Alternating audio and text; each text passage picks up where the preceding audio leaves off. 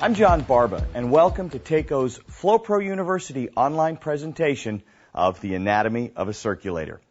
In this program, we'll talk about the difference between a pump and a circulator, how a circulator works, and specifically what it does in a hydronic system, the different types of circulators, the parts of a circulator, and how each one affects the circulator's performance, plus how to read a pump performance curve and use that information to choose the best circulator for whatever type of job you're working on.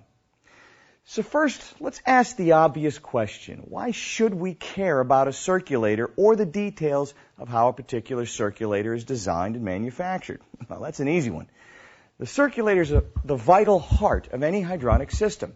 You really can't make a hydronic system work without a circulator. Something has to make the water go round and round.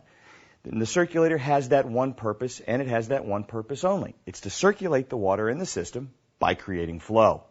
It creates flow by using centrifugal force to create a pressure differential. That's why sometimes you'll hear people call circulators centrifugal pumps. Now, before we go any further, let's clear up a very common misunderstanding. We all tend to talk about pumps and circulators as if they're the same thing, but technically they really aren't. A circulator doesn't lift water the way a well pump lifts water. It circulates water through a continuous loop system by creating a pressure differential. Water enters the circulator at a lower pressure.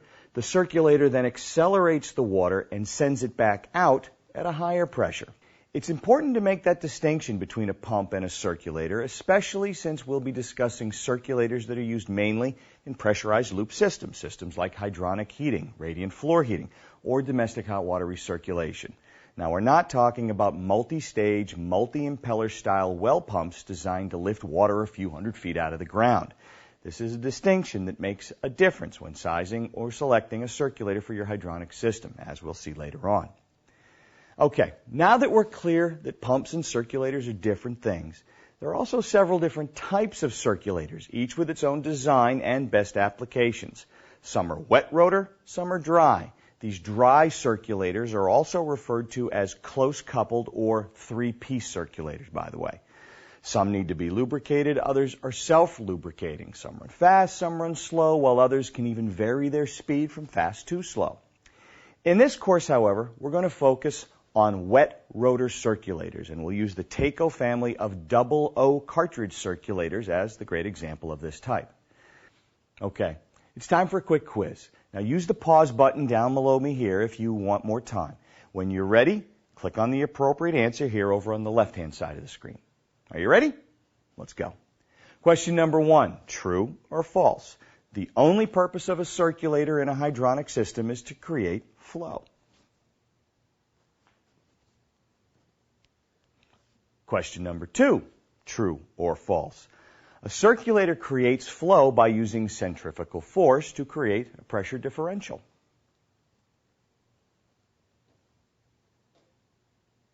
All right. Question number 3, true or false? A pump and a circulator basically work in the same way, so they are interchangeable.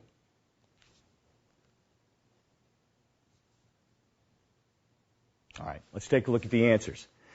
The answer to question number 1 is true.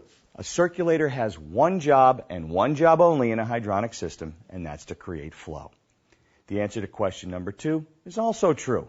It's the centrifugal force created as the impeller flings the water towards the size of the volute that in turn creates the pressure differential we need to create flow in the system.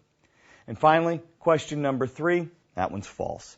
A pump lifts water, a circulator creates a pressure differential, and therefore flow in a continuous loop system.